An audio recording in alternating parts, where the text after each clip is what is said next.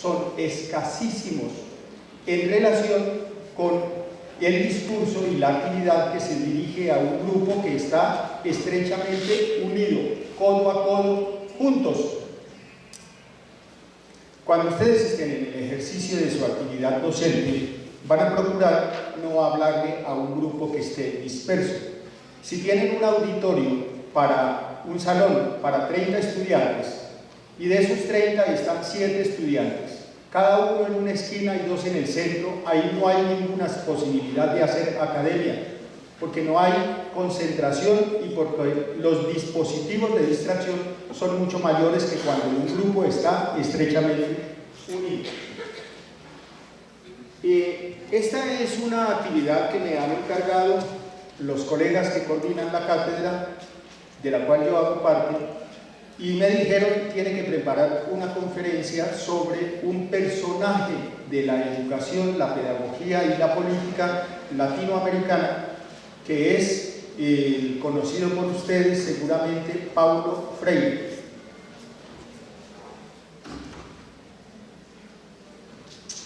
¿Cuándo es el parcial que presentan los estudiantes de la cátedra de contexto? Profe. Exactamente, no sé, pero ya... Pero sé que este es como, creo que es la próxima semana. Sí. De esta conferencia van a salir 10 preguntas para la plataforma en la que ustedes presentan su parcial. Y los que no quieran estar, los que tengan que chatear o conversar con amigos o dormir, les pido el favor de retirarse, porque este escenario, que es el auditorio de los hermanos San Juan, merece un respeto excepcional, y merece un respeto excepcional por 2 cosas. Primero, porque es el auditorio mayor de nuestra facultad, y segundo, porque quienes estamos al frente nos han encargado, nos han dado la tarea de contribuir en el proceso de formación de los estudiantes de las distintas carreras de nuestra facultad, y por el respeto que merecen esos colegas a quienes han nombrado para dirigir la cátedra y para hablarles a ustedes en la cátedra, por el respeto que a ellos se merecen, es importante estar atentos a sus comentarios, a su disertación, a su conferencia, a sus conocimientos. Si yo estuviera sentado allá y uno de mis colegas estuviera aquí hablándome, sería incapaz de estar chateando por el teléfono por el respeto que ellos me merecen. No lo haría, más porque esto es una actividad académica e institucional que la Cátedra de Historia de la Educación Francisco Antonio Moreno y Escandón.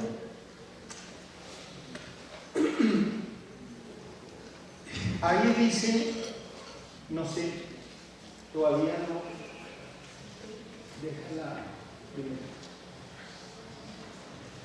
Ahí dice Cátedra de Contexto, la educación como práctica de la libertad. Paulo Freire. Y se titula así: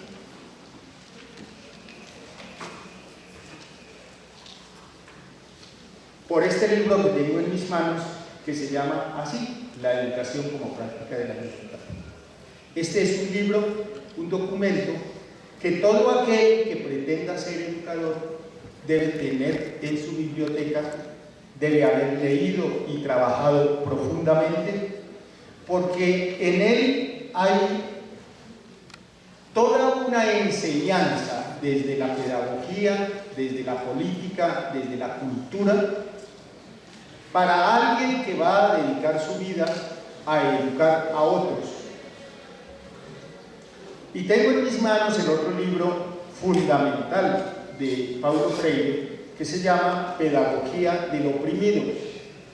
Son 2 libros que indiscutiblemente todo educador debe haber leído, y digo debe en el sentido de la doble obligación. Es una obligación académica conocer el pensamiento de Paulo Freire, pero es una obligación política conocer el pensamiento de Paulo Freire, porque lo que hacemos nosotros y lo que van a hacer ustedes como educadores es una acción política.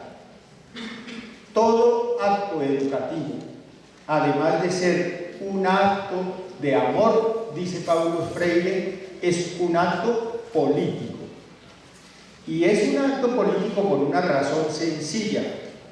Cuando nosotros los educadores decidimos ser educadores, inmediatamente adquirimos un compromiso con un ideal de ser humano, porque de nuestros estudiantes esperamos algo, deseamos formarlos a ellos pensando en que en el futuro sean algún tipo de ser humano. Entonces tenemos un compromiso con el ideal de ser humano y por consiguiente con el ideal de sociedad y por consiguiente con el ideal de mundo, y eso ya es un compromiso de orden político. Y es político nuestro quehacer porque estamos pensando en la posibilidad de hacernos mejores seres humanos a través de la educación, porque tenemos la plena certeza de que somos seres perfectibles y que nos podemos hacer mejores seres humanos a través del conocimiento. Entonces yo voy a hablar de un personaje que es un personaje, yo diría, de talla universal. Y claro que sí que es de talla universal porque Paulo Freire fue asesor de los sistemas educativos en muchos países africanos y en muchos países latinoamericanos y en su propio país, en Brasil. Y estoy diciendo que Paulo Freire es un hombre de talla universal, como de talla universal es Simón Rodríguez, venezolano, o Domingo Faustino Sarmiento, argentino, o José Carlos Mariátegui, ecuatoriano, o José Martí, cubano, o yo diría Estanislao Zuleta, en Colombia, es un tipo de talla universal, que le ha enseñado al mundo sobre el valor y el papel de la escuela, el valor y el papel de la educación, y el valor y el papel del educador. Entonces yo les voy a hablar de Paulo Freire, pero en el sentido de reconocerlo como un ser que ha aportado novedosamente a la práctica pedagógica, al sistema educativo y a la formación política que él llama concienciación. Él no dice concientización. En sus libros aparece la categoría, el concepto concienciación, hacer consciente al otro de la realidad de sus semejantes. Porque el man está diciendo es que el primer objetivo de la educación no es enseñarle al otro física, química, biología, matemáticas, lengua castellana, sociales o inglés, que no, que eso no es lo que debe hacer la educación, que lo que tiene que hacer la educación como primer objetivo es hacerle entender a quien se educa que no es un tipo solo, que hay otros y que lo que es se lo debe a los otros, que sin los otros él no puede ser. Porque nosotros podemos ser es porque tenemos como sujetos alguien al frente de quien nos identificamos, con quien nos identificamos o de quien nos distanciamos. Si fuéramos solos no podríamos tener ni siquiera principio de identidad. ¿Cómo sería yo para entenderme yo si el otro no existiera? ¿Cómo sería? ¿Quién sería yo para poder decir ese es otro y yo soy yo? Sin el otro no hay punto de referencia, no hay identidad. Entonces Paulo Freire es un hombre al que necesitamos conocer como educadores y al que promocionamos nosotros desde siempre, desde el proyecto que dirige la cátedra, porque Paulo Freire es indispensable en el proceso de formación pedagógica y política de los futuros educadores de la sociedad colombiana. Acabo de decir que es un man de talla universal. Es un tipo reconocido internacionalmente, sus obras han sido traducidas a muchísimos países, a muchísimos idiomas del mundo. Entonces les voy a hablar de un tipo que es multifacético. Es abogado en primer lugar, es pedagogo en segundo lugar, es escritor en tercer lugar, es filósofo en cuarto lugar y es político en quinto lugar. Pero de él reconozco yo antes que nada, de Paulo Freire reconozco antes que nada su formación política. Fue fundador, señores, de un movimiento importantísimo en Brasil que se llama Los Sin Tierra. Cuando tengan posibilidad de consultarle al doctor Google qué es el movimiento de Los Sin Tierra en Brasil, van a saber qué tipo de poderoso movimiento campesino contribuyó a formar y a fundar Paulo Freire. Pero también fue fundador, con otros intelectuales y académicos, del partido que hoy gobierna en Brasil, que es el Partido de los Trabajadores, que lidera, ¿cómo se llama mi presidente de Brasil? Lula. Ignacio Lula da Silva. Paulo Freire es cofundador con otros intelectuales del Partido de los Trabajadores. Hermanito, esto se apagó.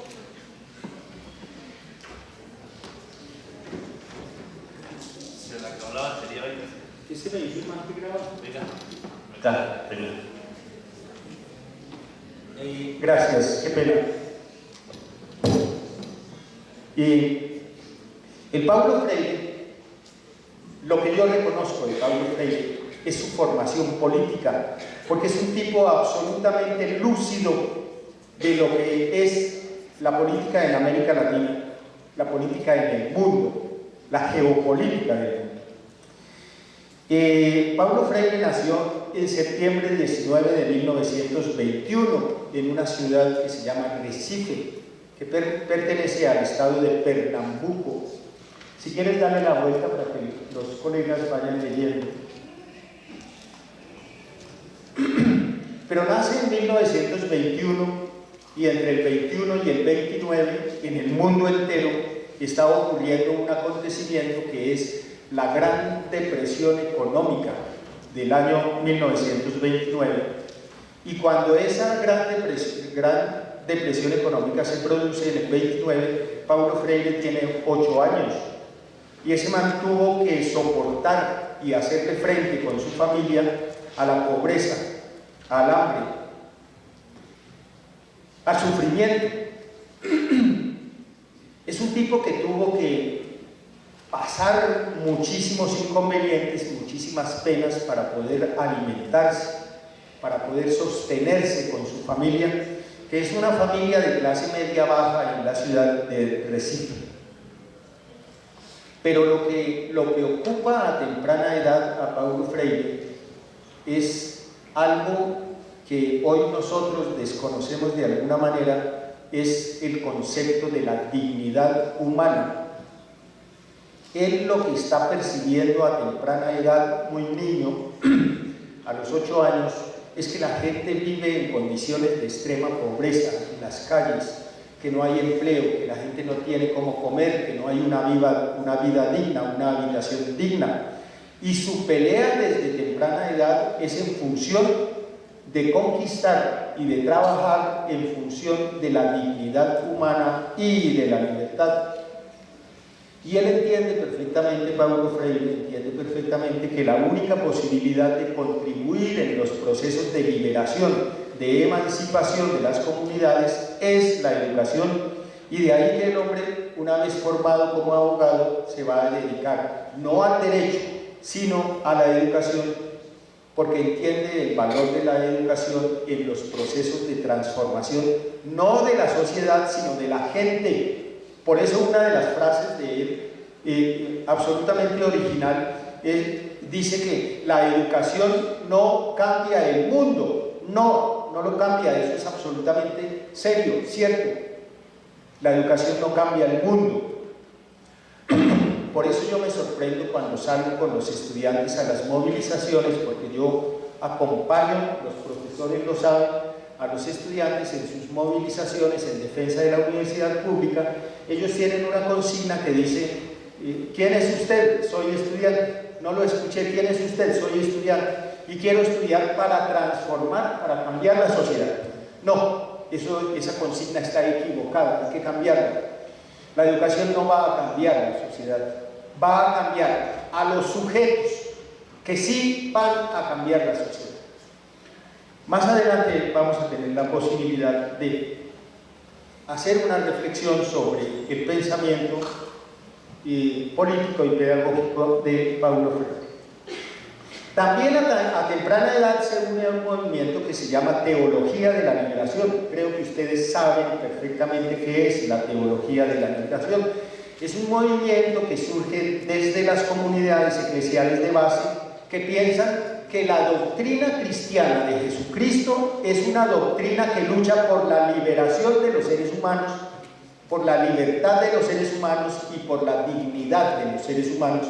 Y él se une a ese movimiento de curas y sacerdotes de comunidades eclesiales, en virtud de la cual la Iglesia contribuye en los procesos de concientización de los sectores más vulnerables y más pobres de la sociedad, y de todas maneras es una Iglesia comprometida políticamente.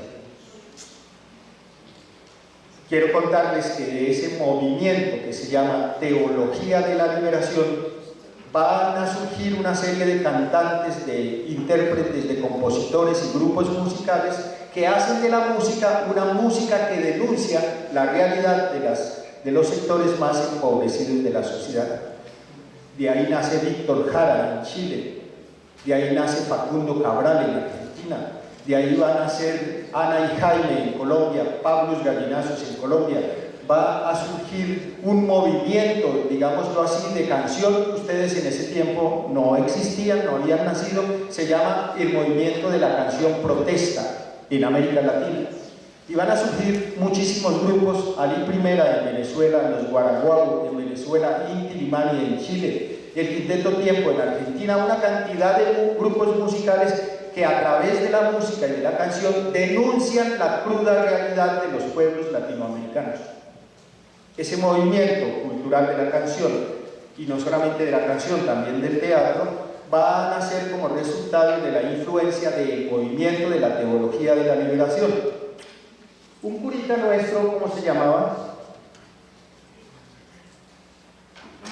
Camilo Torres, que sufro de amnesia. Camilo Torres hizo parte de ese movimiento que se llamó la Teología de la Liberación, y el hombre abandonó la sotana y se fue para el monte en un acto de rebelión contra el orden y contra el establecimiento. Se hizo guerrillero. Es el sacerdote Camilo Torres.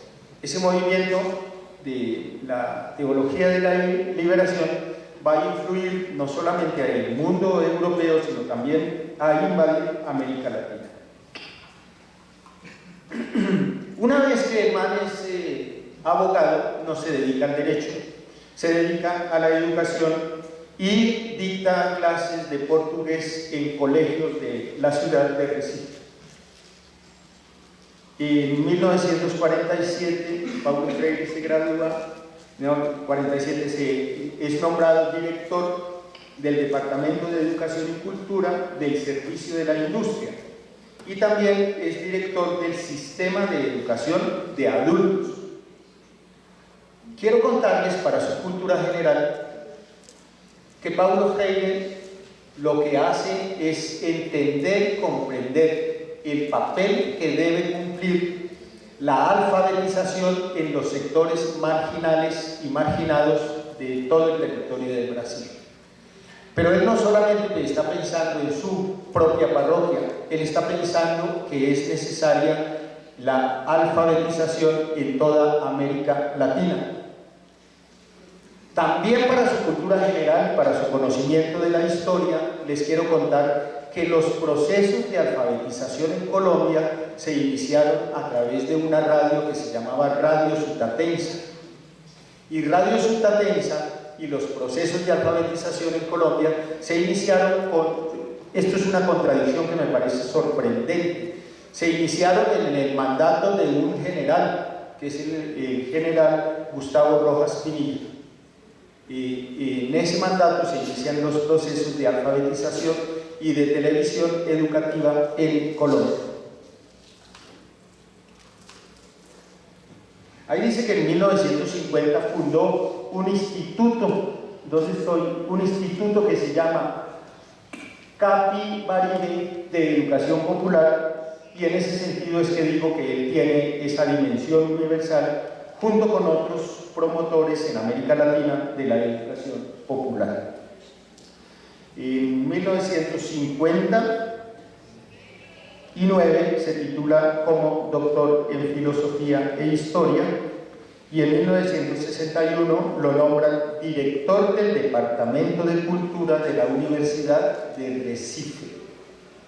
Imagínense el cargo que va asumiendo en una universidad de tanta talla como la Universidad de Recife.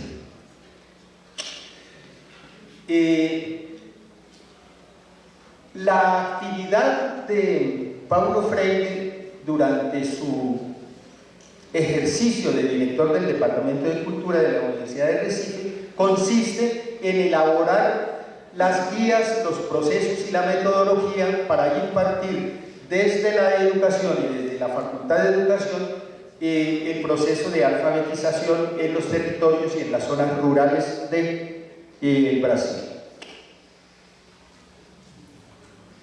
En 1964 yo estoy haciendo una clase de historia, porque esto se llama Cátedra de Historia de la Educación Francisco Antonio Moreno y Escandón, y yo estoy hablando de historia es porque si nosotros no sabemos de historia estamos mal. Si no conocemos nuestra historia, no sabemos para dónde vamos ni en dónde estamos, porque saber de dónde venimos es lo que nos permite saber quiénes somos hoy y hacia dónde va esto en el futuro.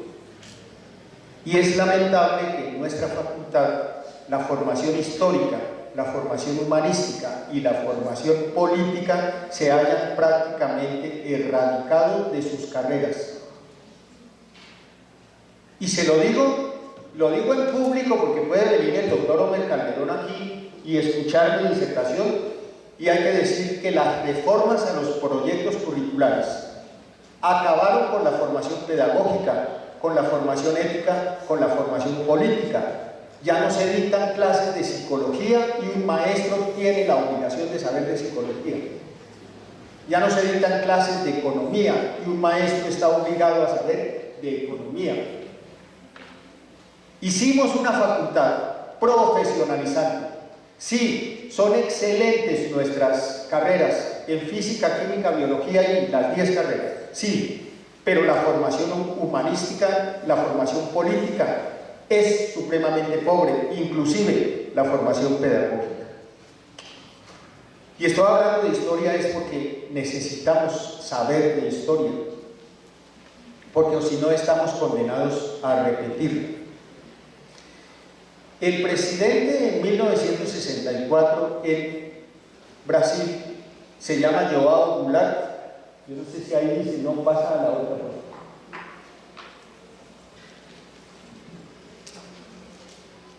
Se llama João Goulart. Pues no es un presidente muy demócrata, que digamos, no es un presidente muy a la izquierda tampoco, no es muy amplio, pero de todas maneras tiene un sector militar en su contra, porque consideran que están dándole muchísimas libertades y muchísima educación a la gente, y eso a los militares no les interesa.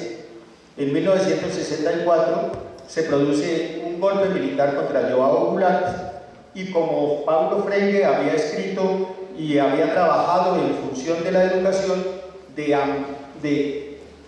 ampliar la cobertura en educación, no solamente en Sao Paulo y en Recife, sino todo el Brasil, y como había contribuido en el proceso de desarrollo de la formación, de la alfabetización para adultos, de la educación para adultos, el man fue tildado por la Iglesia, imagínense, hacía parte de la teología de la liberación, y la Iglesia lo llama traidor de Cristo, y los militares lo llaman subversivo internacional, porque estaba contribuyendo en gran medida al desarrollo y al progreso de la educación, de manera que el man tuvo que irse exiliado para Bolivia. Y en Bolivia, gracias a la embajada boliviana y a la acogida que como exiliado le da Bolivia, lo nombran asesor del Ministerio de Educación. Igual, permanentemente contribuyendo en el desarrollo y en el progreso del aparato educativo, pero también en 1964 se produce un golpe militar en Bolivia, y ese golpe militar se le da a un presidente que se llamaba Víctor Paz Estenssoro. Acuérdense de ese nombre, Víctor Paz Estenssoro, este presidente en Bolivia, cuando tiene que exiliarse nuevamente, y Paulo Freire, hacia Chile. Entonces yo lo que les quiero contar para su cultura general es esto. La época del 64 al 76, del 64 al 76 es una época en que la derecha en América Latina se ha fortalecido, y en el cono sur de América Latina todos los países tienen dictaduras militares. Entonces ya tenemos dictadura militar en Brasil, tenemos dictadura militar en Bolivia, y en 1970 se va a producir un golpe militar en Uruguay, que es el golpe militar que dirige José María Bordaberry en Uruguay. Como Paulo Freire tuvo que irse de Bolivia a Chile, en Chile encontró un espacio propicio para el desarrollo de su actividad como educador. En Chile se está formando y conformando un movimiento que se llama la Unidad Popular. ¿Profesor, se acuerda de la Unidad Popular de Salvador Allende? Claro que sí. Se está conformando en Chile la Unidad Popular, de manera que Paulo Freire encuentra un espacio propicio para desarrollar sus actividades de orden educativo, de orden pedagógico, de alfabetización, y en Chile es nombrado director del Instituto de Capacitación e Investigación para la Reforma Agraria, que la Unidad Popular en su programa había contemplado. Y fíjense algo que sirve para que ustedes lo tengan como punto de referencia. En los acuerdos de paz entre las FARC y el Estado, el punto número 1 es la tierra. Una reforma agraria que entregue la tierra a quienes la trabajan. Ese es el primer punto de los acuerdos de paz. Y el primer punto que proponía la Unidad Popular en el programa para su gobierno es la reforma agraria. Y nombran nada menos que a Paulo Freire director del Departamento de Investigaciones y de Capacitación para la Reforma Agraria. En Chile, el MAN publica el segundo libro, que es este que yo tengo aquí, que se llama Pedagogía del Oprimido. Y la más triste historia del MAN es que ya ha pasado por 3 golpes militares y va para el 4, porque en el año 1973 en Chile se produjo el golpe militar que puso en el gobierno durante 17 años a Augusto Pinochet Ugarte. Eso fue en el 73, el 11 de septiembre del 73. Y en el 76, el 29 de marzo, va a producirse el golpe militar que pone a un criminal tenaz que fue condenado a cadena perpetua por sus crímenes de Estado, que es el general argentino, ¿cómo se llamaba? Jorge Rafael Videla. ¿Quién dijo Rafael Videla? Levante la mano el que dijo. ¿Quién? Ese man. Ahorita le pongo una carita feliz. Está enterado. En 1976 se produce el golpe militar contra 73 contra Salvador Allende, que pone a Pinochet. Y en el 76 se pone al poder Jorge Rafael Videla, que fue condenado a cadena perpetua por sus miles de crímenes de lesa humanidad, desapariciones forzadas, torturas, etc. Y en 1967 viaja a Estados Unidos y lo nombran profesor de una modesta universidad, que es la Universidad de Harvard. Ese ejercicio de maestro universitario en la Universidad de Harvard lo hizo durante un año, y de 1968 a 1977 fue asesor de los sistemas educativos que ustedes están leyendo ahí, de Guinea-Bissau, Angola, Cabo Verde, Gabón, Tanzania, Kenia, Senegal, Botswana y Zambia. O sea, tiene una experiencia en educación que va prácticamente desde el 64 hasta el 77, siempre trabajando permanentemente en actividades que tienen que ver con el desarrollo, el progreso y la reforma de los aparatos educativos en el mundo. En el 79 regresa a Brasil, pero regresa es porque el partido que él había fundado con otros intelectuales llegó al poder en la ciudad de Sao Paulo. Y en Sao Paulo, que gobierna el Partido de los Trabajadores, fue nombrado ministro de Educación y va a desarrollar su actividad fundamental en el proceso de desarrollo y fortalecimiento del sistema educativo de Brasil. ¿Qué tengo que decirle yo de lo que yo sé porque he leído de ese man? Su carácter, su formación política e ideológica es la influencia de un grupo selecto de psicólogos y psicoanalistas y de un grupo excelso de filósofos, economistas e historiadores. Él está profundamente influenciado por eso que los estudiantes todos saben que se llama la teoría crítica. La teoría crítica se produjo ¿en qué universidad alemana? ¿Universidad de qué? La teoría crítica, ¿en qué universidad alemana? ¿Cómo no vas a saber si hablas de eso? ¿En qué universidad alemana se produce la teoría crítica? Profesores. En la escuela de Frankfurt, profesor.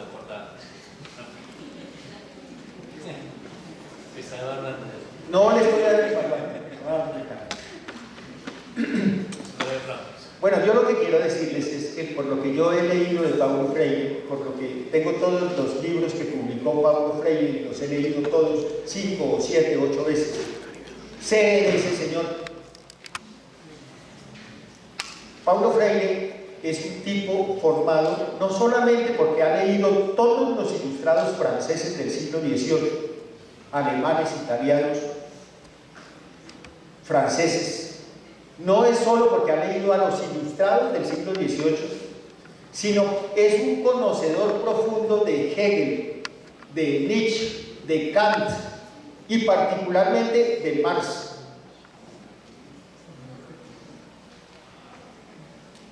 Es marxista, y el juicio y la persecución y el maltrato en todos los países que estuvo es porque mostraba abiertamente su postura en función de una sociedad distinta al capitalismo y porque muestra la influencia y su formación profundamente marxista. Y porque sabe que a través de la educación es posible transformar a la gente para que la gente cambie hacia una sociedad más justa, más digna, más humana. De los psicólogos que influyen en él, dale a la siguiente, mi profe, gracias. De los psicólogos están Sigmund Freud, esa es Alfred Adler, esa K es Carl Jung, esa F es Frank Fanon y esa E es Erich Fromm.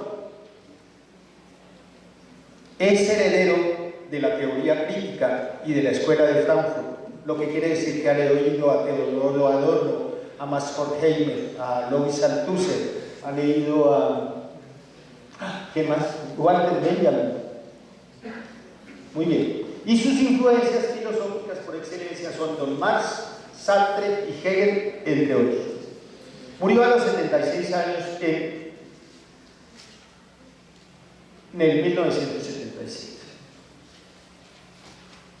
Cuando él fue nombrado secretario de Educación en Sao Paulo, tenía cuatro aspectos fundamentales a desarrollar en su programa.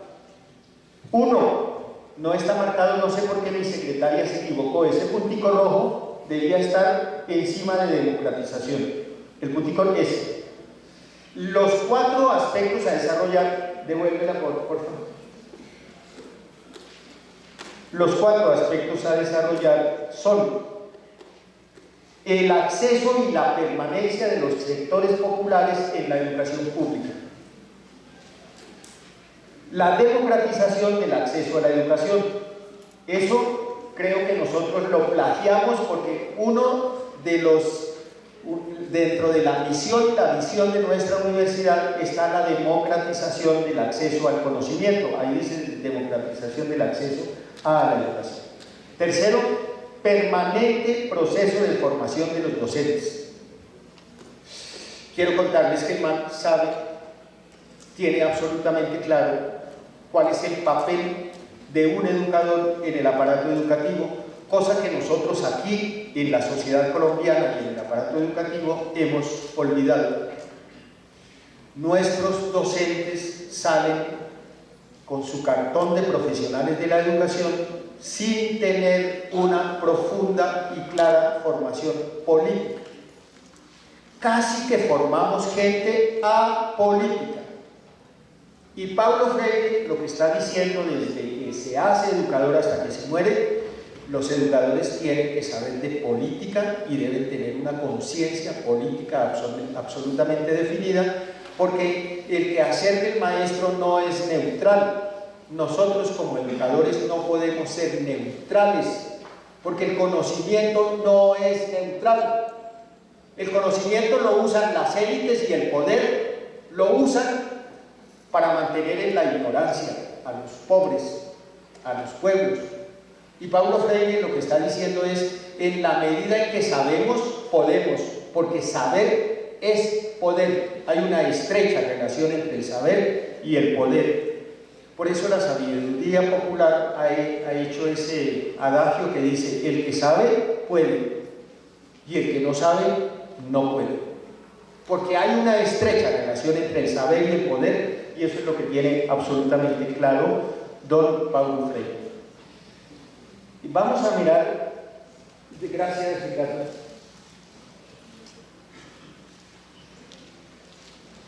a Paulo Freire en pensamientos, en frases. Yo quiero que ustedes las lean y yo lo que hago es alguna reflexión acerca de la frase de Paulo Freire. La educación no cambia el mundo, eso ya se lo expliqué hace un rato. Cambia a las personas que van a cambiar el mundo. Pero párenme bolas al comentario que extiende esto. No basta con educarse. Es decir, no basta que ustedes vengan y reciban clases y se formen como químicos y biólogos y matemáticos. No basta. Se necesita que además de eso, ustedes quieran cambiar el mundo. Porque si no quieren, ni modos. Lo que está diciendo Paulo Freire es que la educación cambia a la gente que va a cambiar el mundo, pero esa gente debe tener clara la intención de cambiarlo. Porque además les quiero decir, hay mucha gente que no quiere cambiar, que le parece que así está bien, que el capitalismo es una maravilla, que aquí somos libres, que esto es una democracia y que todo marcha bien. Entonces se necesita formar gente que con su formación política siente la necesidad de cambiar el contexto en el que vive, el entorno en el que se mueve. Sería en verdad una actitud ingenua esperar que las clases dominantes desarrollen una forma de educación que permitiese a las clases dominadas percibir las injusticias sociales en forma crítica. Eso es tomado de este libro que yo analicé para venir a hablar con ustedes, que se llama La educación como práctica de la libertad.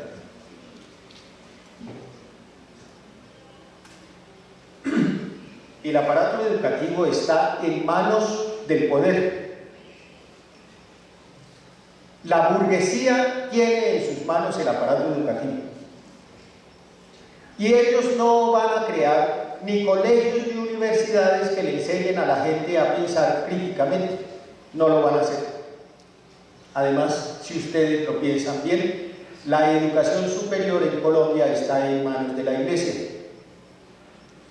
De la Iglesia y de los curas es la Javeriana, y de la Iglesia y de los curas es la Salle, y de la Iglesia y los curas es el Rosario, y de la Iglesia y los curas es la Universidad Minuto de Dios, y de la Iglesia y los curas es la Universidad Católica, y de la Iglesia y los curas es Uniminuto, y de la Iglesia y los curas es la Santo Tomás, y de la Iglesia y los curas es la Agustiniana. ¿Qué esperan?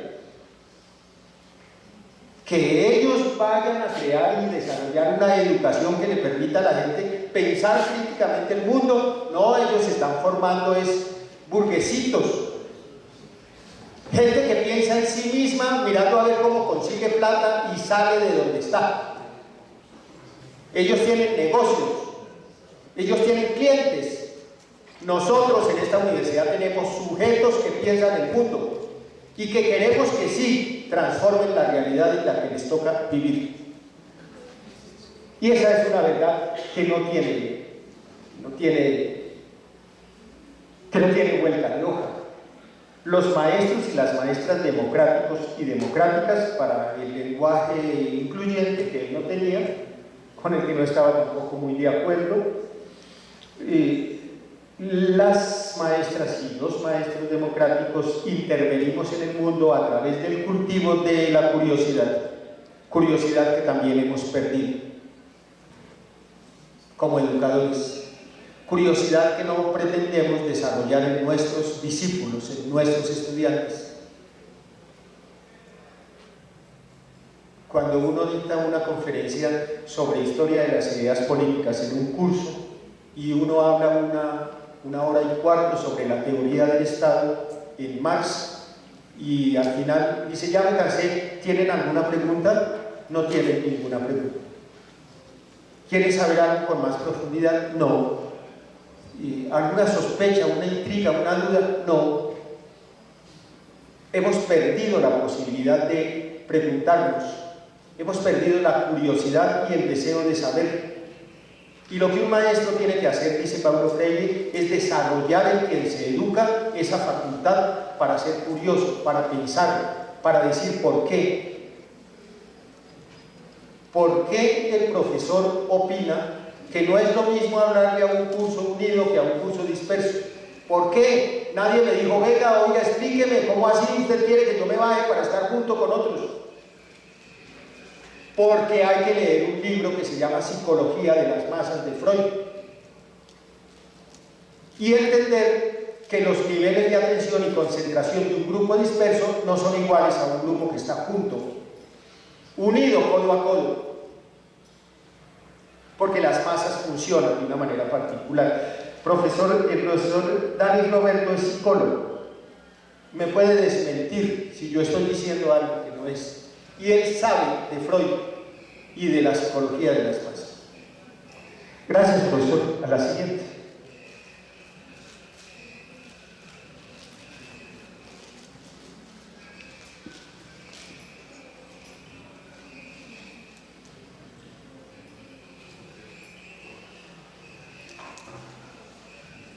Enseñar no es transferir conocimiento.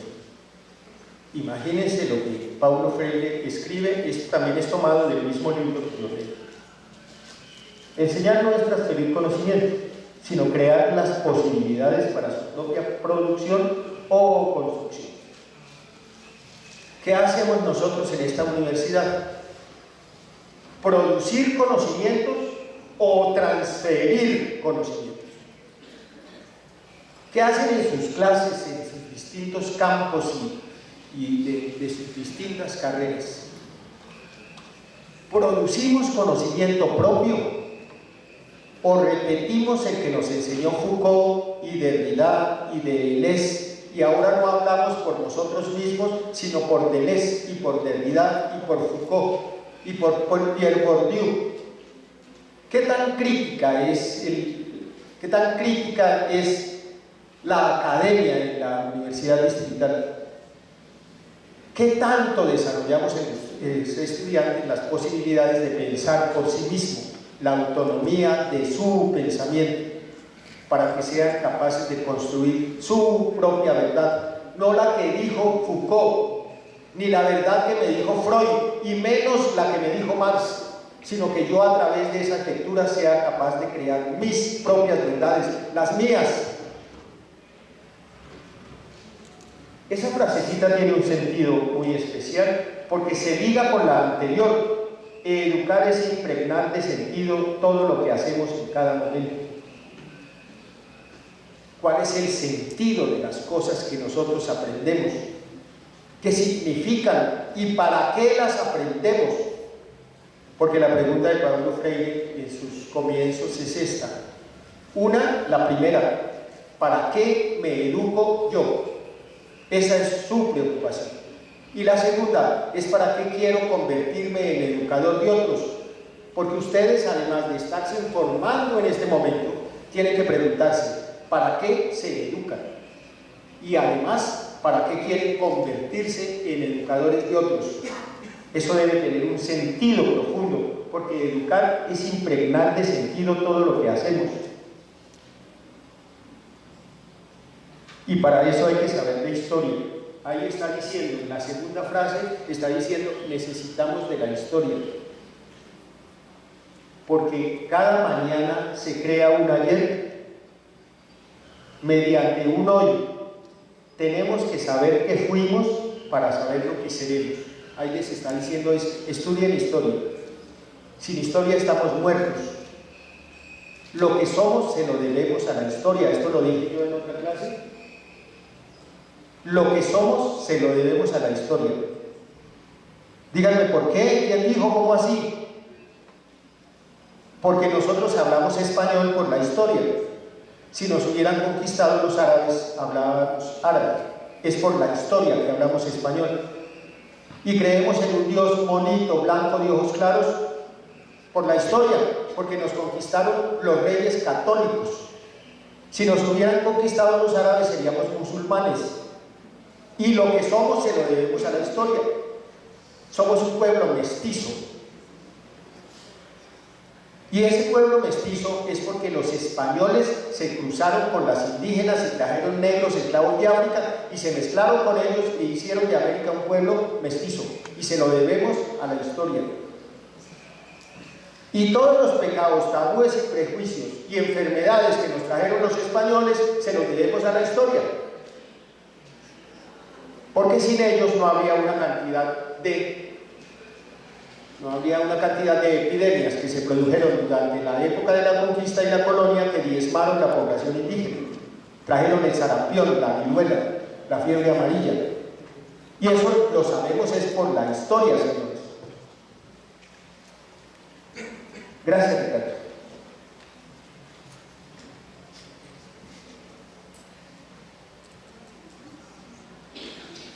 Imagínense la primera. Siempre estamos escuchando una pedagogía de la respuesta. Los profesores contestamos a preguntas que los alumnos no han hecho. Entonces es necesario desarrollar una pedagogía de la pregunta. Pero es lo que yo decía hace un rato, hemos perdido esto. Ya casi nadie pregunta. Y no preguntan porque están durmiendo. Y por eso quiero bajar un poco la voz para no despertar a algunos estudiantes que respetuosamente están durmiendo, sino porque ya hemos perdido esa facultad del interés, el deseo por el saber, lo que este man llama el eros pedagógico, el deseo de saber. Queremos lo más poco, rápido, y ábrase de aquí que necesito pasar a otra clase. Dígame rápido lo que tiene que decirme y váyase que necesito pasar a otra clase. Pero rápido, rápido. Porque somos gente que andamos de afán. El capitalismo hace gente de afán.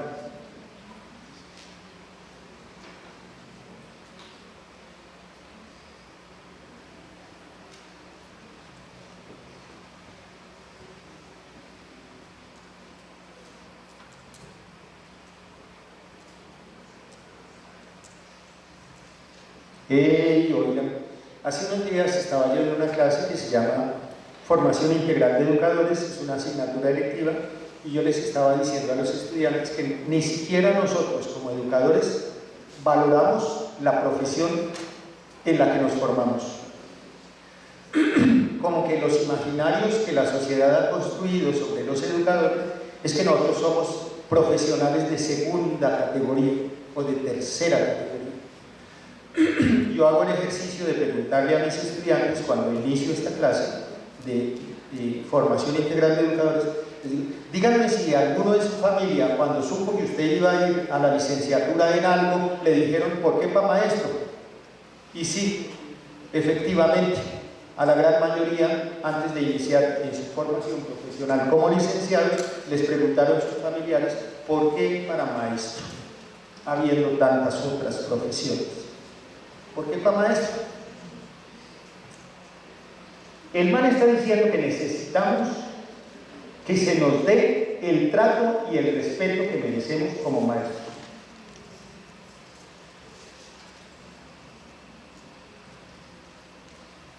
Gracias, Ricardo.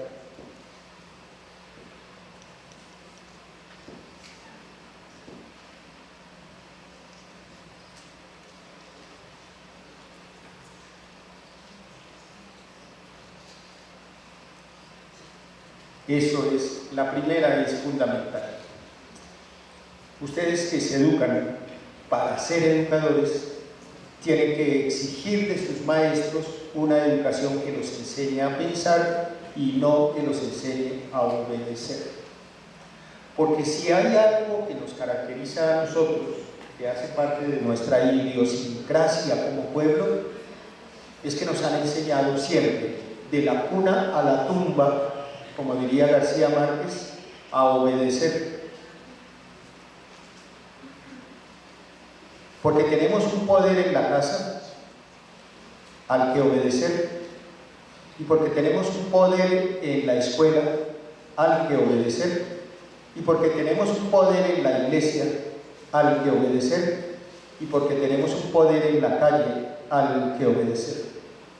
Y nos han hecho eso, gente obediente, tan obedientes que cuando hay que salir en defensa de la universidad pública, no lo hacen.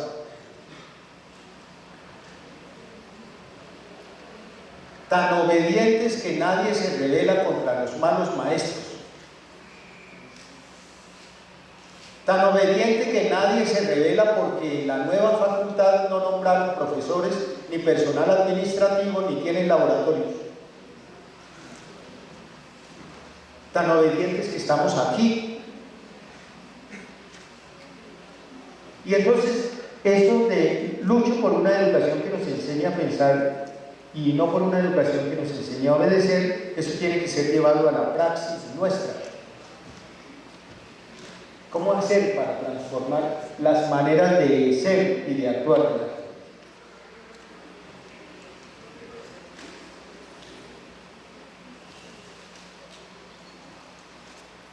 Dale, Ricardo, gracias.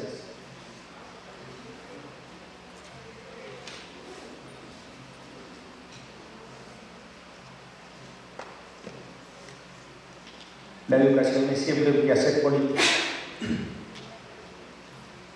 Sí, señores, es un quehacer político. Pero el que educa debe saber y tomar partido en función de qué es lo que hace y de qué es lo que enseña, y además para qué lo enseña, porque hace un rato había una frasecita que decía que todo lo que hacemos debe tener un sentido. El llamado fundamental de los dos libros, aunque hay uno que se llama Pedagogía de la Esperanza. Cuando tengan Google ahí, alguien que me ayude de una vez, ¿cuándo se publicó por primera vez Pedagogía de la Esperanza de Paulo Freire? Hay 4 libros fundamentales. Consejos para el que va a educar. Y Ricardo, ayúdame. El título genérico que tengo un lapsus. De Paulo Freire, consejos para el que va a educar, consejos para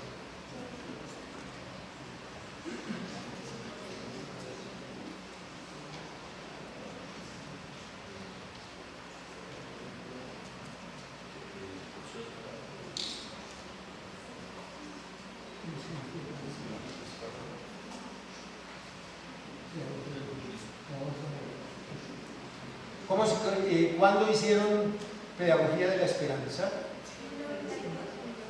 En el 92, gracias. Es de los últimos que publica Paulo Freire, pero valdría la pena que conocieran el que les estoy diciendo, que tengo un lapsus. ¿Cómo se me va a olvidar? Consejos para, busquen a ver si aparece algo así. Gracias. Cartas. Léeme completo. El título. ¿Cómo? Ese, profesores, tienen que comprar eso. Aquí por la octava lo consiguen en 20.000, pero en la Lerner les puede valer 90.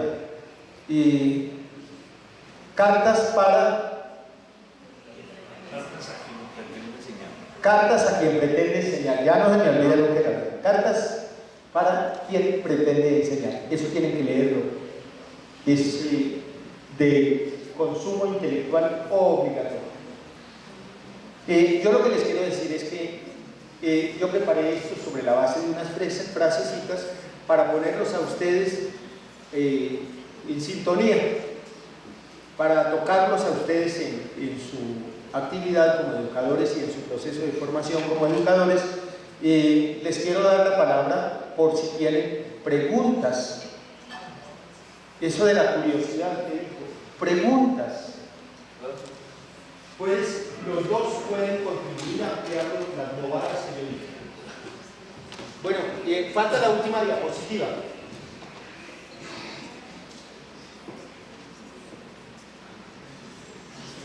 La más importante. Gracias, Fernando, por tu exposición sobre la ley y obra de Paulo Freire. Es bueno contextualizar a Paulo Freire porque, digamos, a él se le atribuye el desarrollo de la pedagogía de la liberación. Pero en ese contexto, en los años 60, de la década del 60, es que se desarrolla no solamente la pedagogía de la liberación, sino que hay un contexto de desarrollos alrededor de la categoría liberación, no solamente desde la pedagogía, sino también desde la filosofía y desde la teología. Y precisamente es en la Conferencia Episcopal de Puebla, entre Puebla y Medellín, Puebla, Medellín, Colombia, donde un sector de la iglesia empieza a analizar el tema de la pobreza y la miseria en los pueblos de América Latina y llegan a una conclusión, que esto obedece a un tema de dominación y que para dejar de estar dominados había que liberarse de esa dominación. Y entonces ese sector es el que se desarrolla como de un grupo de cristianos católicos en lo que se conoce como la teología de la liberación, de la cual hizo parte el padre Camilo Torres, que Fernando hizo alusión al comienzo de su intervención. Entonces esa pedagogía de la liberación y esa filosofía de la liberación y esa teología, digamos, se desarrolla. Veo que hoy en día parece que ya no se hablara de la liberación, como si ya no existiese una dominación sobre estos pueblos, y se pasó como de una lucha por la liberación a una lucha ahora por la democratización. Parece que la democratización es más importante que la liberación. Entonces ahora luchamos por la ampliación de los espacios democráticos y de que ojalá gobiernos democráticos alternativos lleguen a la gobernanza, pero manteniendo sus niveles de dominación. Y entonces la tal liberación como que fue un momento de la historia como que ya no. Ahora, el punto de partida, desde luego, como dice el profesor Fernando, está dado desde la teoría crítica. Y es precisamente la Escuela de Frankfurt la que reacciona precisamente a esa razón ilustrada, porque si bien se pensaba que una mayoría de edad era la ilustración con la razón, el desarrollo de la razón, y todo lo que pasase con la razón tenía sentido y validez, y la razón era sinónimo de progreso, desarrollo, crecimiento, civilización, etcétera, etcétera. Pero en la escuela de Frankfurt fue una crítica y una respuesta a esa racionalidad ilustrada, porque no todo lo que pasa por la razón es válido, y los integrantes de la escuela de Frankfurt lo que hacen es hacer todo un cuestionamiento y una crítica a la razón ilustrada. Solamente como por decir algo, el Holocausto y el genocidio nazi en la Segunda Guerra Mundial fue producto de la razón. Es decir, no fue un producto del azar. Y entonces ese genocidio nazi fue algo pensado, racionalizado, planeado, sistematizado para llevar a cabo ese genocidio. ¿Cómo podría decir que el paramilitarismo es producto también de la razón? Eso no fue producto del azar, de un ganadero o un latifundista ofendido, fue una política de Estado. Y entonces también la razón hasta dónde llega, y entonces hay un desencanto de la razón, de esa razón ilustrada.